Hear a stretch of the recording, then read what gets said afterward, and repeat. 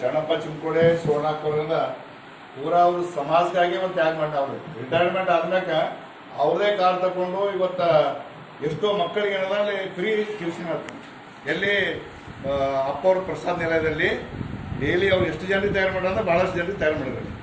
ಅಷ್ಟೇ ಅಲ್ಲದೆ ಯಾವ ಕಾರ್ಯಕ್ರಮ ಹೇಳಿದ್ರು ಕೂಡ ನಮ್ಮಲ್ಲಿ ಬಿಡೋದಾಗ ಇಟ್ಟೋದಾಗ 4 ದಿವಸ ಬಂದವ್ರು ಪ್ರವಚನ ಮಾಡಿದ್ರು. ಅವ್ರು ಯಾವ ಆಸೆಗೆ ಏನಾರ ಕೊಟ್ಟರು ಕೂಡ ಅದು ಎಲ್ಲಿ ಮಾಡಿದ್ರೆ ದಾಸೋಹ ಮಕ್ಕಳಿಗೆ ಅನಾಥ ಮಕ್ಕಳಲ್ಲಿ ಬೀದರ್ ಅನ್ನೋದಾಗ ಅಲ್ಲಿ ದಾಸೋಹ ಹಚ್ತಕ್ಕಂಥದ್ದು. ಅದಕ್ಕೆ ಇಂಥ ಅಕ್ಕೋರು ಮತ್ತು ಶರಣಪ್ಪ ಚಿಂಕೋಡೆ ಅವರು ಸ್ವಂತ ಅವ್ರು ಕಾರ್ ತಗೊಂಡು ಅವ್ರದೇ ಖರ್ಚು ಮಾಡ್ಕೊಂಡು ಬರ್ಬೇಕಂದ್ರೆ ಇದು ಎಲ್ಲರಲ್ಲಿ ಆ ಭಾವನೆ ಬರಬೇಕು. ಅಂಥವ್ರು ನಮ್ಮ ಊರಿಗೆ ಒಬ್ಬರಿದ್ರೆ ಸಾಕಲ್ಲ.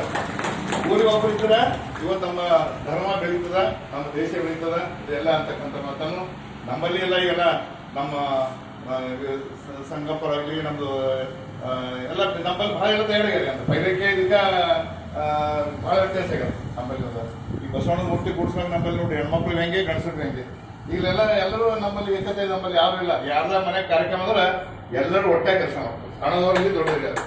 ಯಾರೇ ಸೇರ್ಕೊಂಡ್ರೆ ನಮ್ಮ ಕೂಡ ನಂಗೆ ಭಾಳ ದಾರಿ ಅನಿಸ್ತು.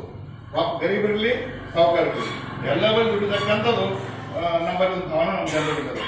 ಅದಕ್ಕೆ ಆ ಒಂದು ಭಾವನೆ ಏನು ಮಾಡ್ಬೇಕಂದ್ರೆ ಈ ಬಸವ ತತ್ವ ನಾವು ಬಳಸ್ತೇವೆ ಅಂದ್ರೆ ಇನ್ನೂ ನಮ್ಗೆ ಭಾಳ ವರ್ಷ ಇದಾಗ್ತದೆ ಅಂತಕ್ಕಂಥ ಮಾತು.